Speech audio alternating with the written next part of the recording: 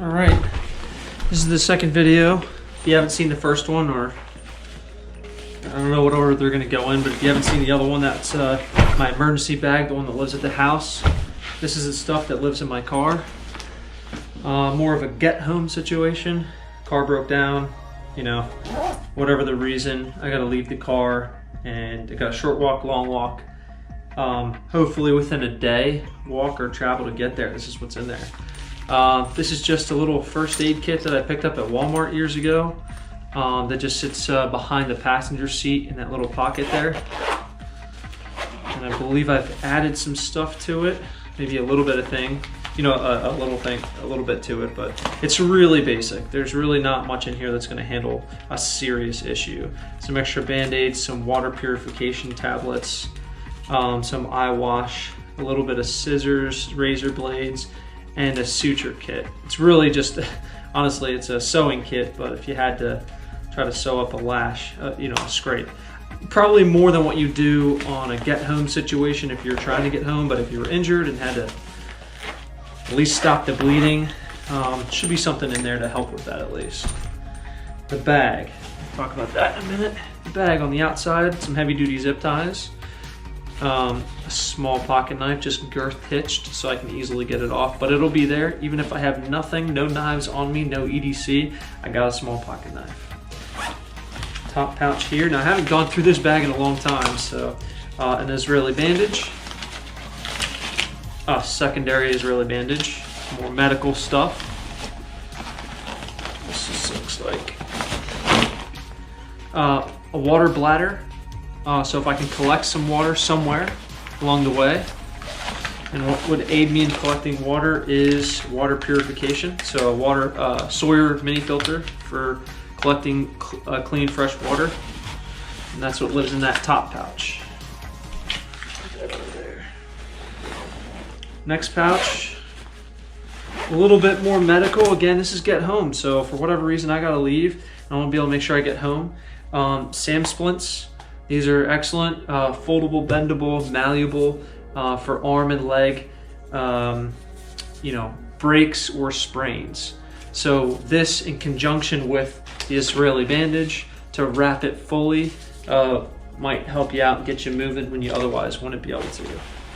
This pouch here just has some 1-inch tubular webbing. I'm not gonna pull it all the way out, but you can see it in there. And it looks like I put like a little bit of paracord in there too. But of course, cordage is great. Towing, wrapping, tying stuff off, you know. This mesh pocket, bandanas, handkerchief, gloves. These mechanics gloves are great. A little bit more paracord. I haven't been in here in a while, and I've gone in and out a few times. This whistle's neat, has a compass up here, probably not the greatest compass, but it does work as long as you keep it flat and level and it's not contaminated by any other metal sources. Tiny mirror, little couple matches in there with some combustibles. So a very emergent fire starter kit, permanent marker, and a little bit better fire starter kit. Waterproof matches, and it looks like some leftovers from an MRE, which honestly, I could probably throw that away, but we'll leave that in there. It's got some matches in there. All right, I'll do these outside pouches. So this side, more of a sewing kit. Pick that up, threw that in there. Has needles, thread, some food. Looks like Cliff Bar, hand warmers, medical. So you got some Aleve, some Pepto, and also some more water tablets. Water purification tablets, another first aid kit, and again, there's also some looks like some fishing equipment in here. Maybe yeah, it looks like a line, a lure, and a hook, along with some more alcohol wipes and tweezers. Emergency blanket, toothbrush and toothpaste. Some, I had this for hunting a long time ago, but gloves, and some clear plastic bags. Another emergency bag, or emergency blanket, and tape. Duct tape, Gorilla tape actually. Some writing utensils, pens, hooks for trees, useful to hold stuff up. A larger flashlight. What's great about this one is it's actually USB chargeable. So you'll see the cap comes off and you can plug it in. Yeah, right here, actually. And then a small cheapo knife. Probably found this somewhere, and it's not sharp. It's really not sharp at all. I'm not sure why it's in there. Honestly, it's probably just a throwaway knife. I could probably sharpen that later. Part of the reason why I like to go through this bag, and I figure I'd film it now, is you get to see what's in there, what you need to take care of. Headlamp, rechargeable again. Here's some heavier duty gloves. I think people use these for skiing, but they're great, nice leather gloves. A few nice water sources.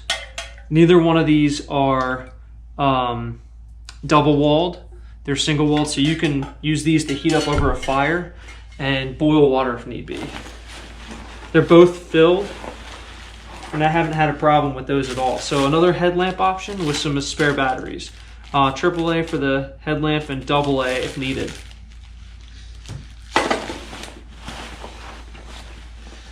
Another smaller flashlight. That's what the AA batteries are for. This is funny. This hatchet. This portion here was from a larger axe that I just saved because I rehandled it, and then I got it to fit a small hatchet, and so it's got a weird angle on it, but it would work in a pinch. I threw it in there because I'm not really going to use it anywhere else. This is one of those bigger, cheapo knife saw things you would get at Walmart, but it's not bad sharpness-wise. Big, got some weight to it, so it's a chopper. The saw portion on the top kind of works, but again, it's, you know, it'll help. It may help out. Little overkill, tiny little blade, but yeah, it's cool. All right, and an Anker solar panel.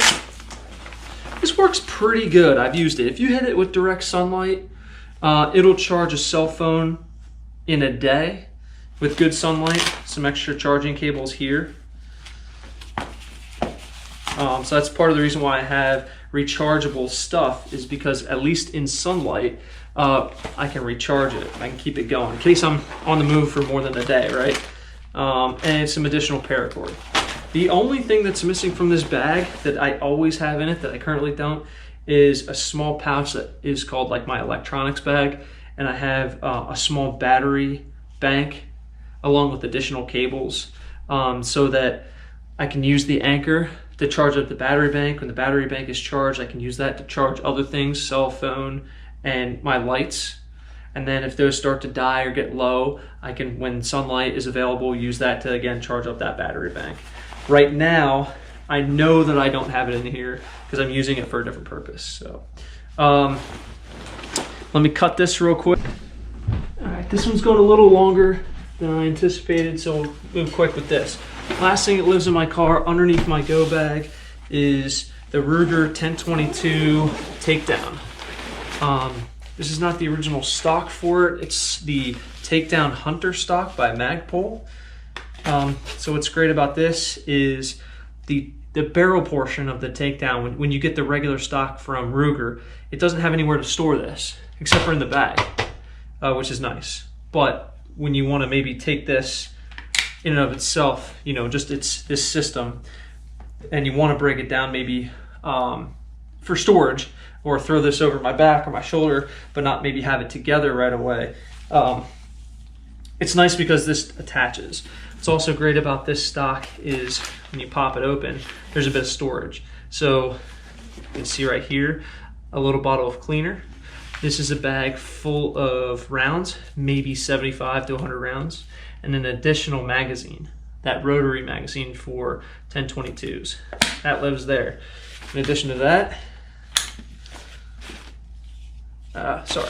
underneath here, if I can get it out, sometimes it can be a little tricky. Boom.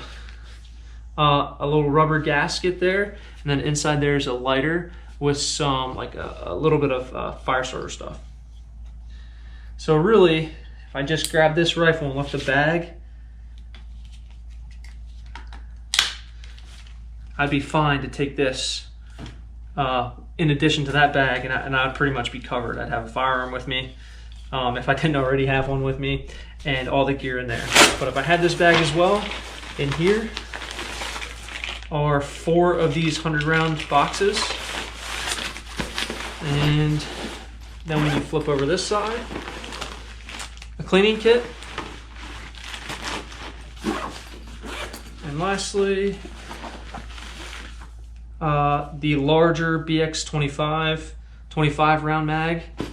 And then you can put a 3rd mag here, but actually I think I prefer to have the 2 for some reason. What did I do with the other one? I'm not really sure. Oh, you know what? The other one is actually inserted. The other one is inserted here flushly, Jesus. It's flush, so then I can still have it on there without it getting caught in the bag. This would fit on there underneath the barrel, but then it gets caught in the bag. So I just have one there. There's one in the gun, so that's 20 rounds capable, and then I have the other portion here. So, and then lastly, after that, it's just another bag of bullets.